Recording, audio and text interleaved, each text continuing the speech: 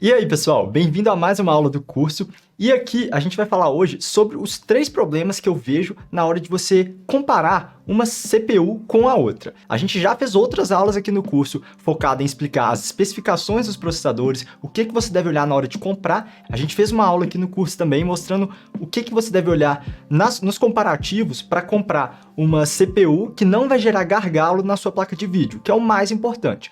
Mas aí hoje eu vou falar aqui sobre os benchmarks, que são as comparações que a gente vê aí e os problemas que elas têm.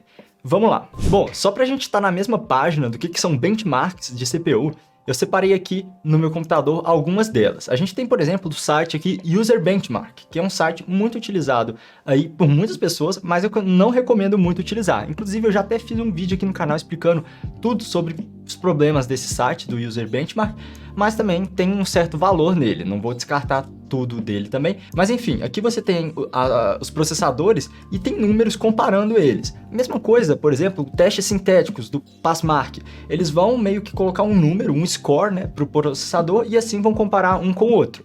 Por mais que tenha esse score aqui, isso não necessariamente vai se refletir em todos os usos para esse processador em comparação ao outro. Então não adianta você falar, tal processador é melhor que o outro. Não existe só falar melhor e um tanto melhor sem você saber para que o computador vai ser usado. Tem também o problema que até em vídeos, quando a gente vê, por exemplo, vários processadores comparados em testes reais em jogos, muitas vezes são utilizados hardware que a gente muito acima assim do que a gente teria, às vezes uma placa de vídeo muito cara, eu já vou chegar nesse ponto também. Mas esses testes comparativos, eles são úteis para a gente identificar a questão de gargalo, que eu já expliquei numa aula anterior do curso, mas eu acho que tem que tomar muito cuidado com esses testes aqui também. Então vamos aqui para os 3 problemas que você pode enfrentar aí ao comparar CPUs. O primeiro deles, e assim, eu já quero tirar isso do caminho logo, já falar direto, é a loteria do silício. Isso porque cada processador é fabricado ligeiramente diferente. Pode ser que ele foi fabricado numa fábrica mesmo diferente, pode ser que é um chip mais central lá no wafer de silício, tem processadores que vão ser mais centrais e processadores mais da borda, que vão ser piores. Então assim, tem uma questão que um processador, ele vai ser um pouquinho melhor que o outro, mesmo eles, assim, vindo até da mesma fábrica, do mesmo chip, mas de onde ele está no wafer, pode ser que um processador seja melhor que o outro. Tem desvios de fabricação, várias coisas que vão fazer com que um modelo específico possa ser até significativamente melhor do que o outro, principalmente se você quiser fazer o aumento de frequência dele, que é o overclocking. Nesse ponto, então, a gente já tem uma coisa legal, porque você pode acabar vendo um teste aqui na internet, vendo um score, e na hora que você chega para instalar isso no seu computador, você não atinge esse resultado, você não chega nisso aí, ou pode ser que você passe desse valor. Isso porque o seu chip específico pode ser diferente. E também porque muitas vezes esses testes dependem também dos outros hardwares que estão no computador, então não é só o processador. Às vezes a memória RAM do outro computador é melhor ou pior que a sua, vai dar uma diferença no teste aí também. Mas isso não anula, então, os resultados de um teste que tem tudo igual. Se ele está usando o mesmo hardware, o mesmo processador ali, não necessariamente o mesmo, né, porque está comparando o processador, mas isso não invalida os testes. Mas a gente já vê um potencial problema aí.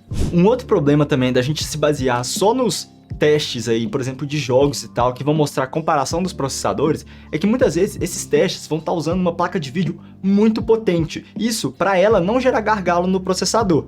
Só que na prática, o que a gente quer justamente é que a placa de vídeo seja o fator limitante e não o processador. Então isso já faz com que esses testes não sejam muito realistas nesse quesito. É o jeito que tem para comparar, mas isso não é o que tem na prática. Na prática, você tem um processador que, em teoria, ele não pode gargalar, ele não pode gerar um limite para a placa de vídeo, e que é justamente o contrário dos jogos. Por exemplo, ó, vamos aqui na tela do computador. A gente tem aqui, olha, é um i3 10100 com uma B460, a placa-mãe, depois com uma Z490, outra placa-mãe, e aqui, por último, a gente tem um Ryzen 5 5600.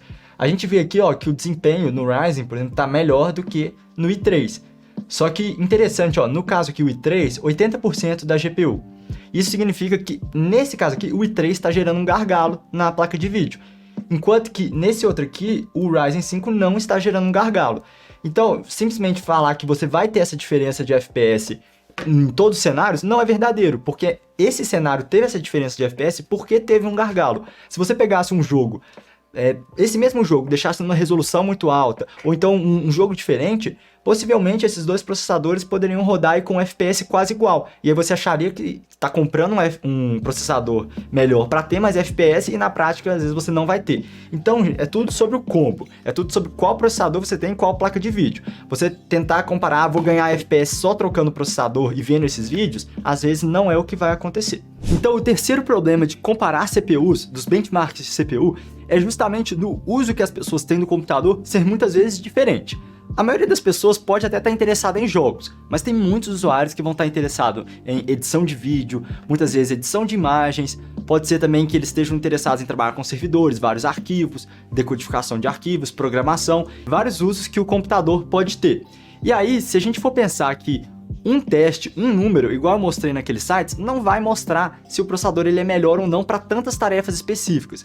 E por isso que isso não é um problema geral dessas comparações, mas é que acaba que uma comparação em si acaba sendo meio inútil por não mostrar o cenário todo. E aí o que é muito importante que você faça é procure comparações específicas dos programas que você tem interesse de usar. Não só os jogos que você tem interesse de usar, que vai ser importante você olhar isso também, porque cada jogo também pode reagir diferente aos hardwares, mas muito importante, por exemplo, se você vai editar vídeo com o programa Premiere, e isso é importante, que o seu processador tenha um bom desempenho para rodar esse programa, tem até uma ferramenta, tá aqui na tela, que é essa Puget Bench, que faz benchmarks para processadores e sistemas como um todo, para você ver o desempenho dele para rodar o software Premiere, que é de edição de vídeo. E aí, então, você tem que olhar essas comparações mais específicas. Não adianta olhar números em muito gerais de teste, você tem que ir direto no que te interessa. E aí, uma dica também, tem vários sites e canais que fazem comparações bem completas de um novo processador, mas que eu admito dá bastante trabalho se você quiser ficar por dentro de todos os detalhes. Então já vá primeiro com as suas demandas, o que você quer do processador, e aí você já vai direto nas comparações específicas. Então, na hora de olhar comparações de CPUs, tome esses cuidados. Não acredite em todos os números que você vê nesses sites de benchmark, porque pode ser que eles não se apliquem tanto ao seu caso, e também tenha um pé atrás até com os vídeos que mostram essas comparações, uma vez que o seu hardware, o resto do seu computador, pode ser muito diferente do que está apresentado lá e os resultados não valerem aí para o seu caso. Se você quiser realmente ver como comprar o processador e como também evitar o gargalo da placa de vídeo, aí eu tenho outros 2 vídeos que eu vou deixar aqui do lado e a gente se vê neles. Então, um abraço, até mais!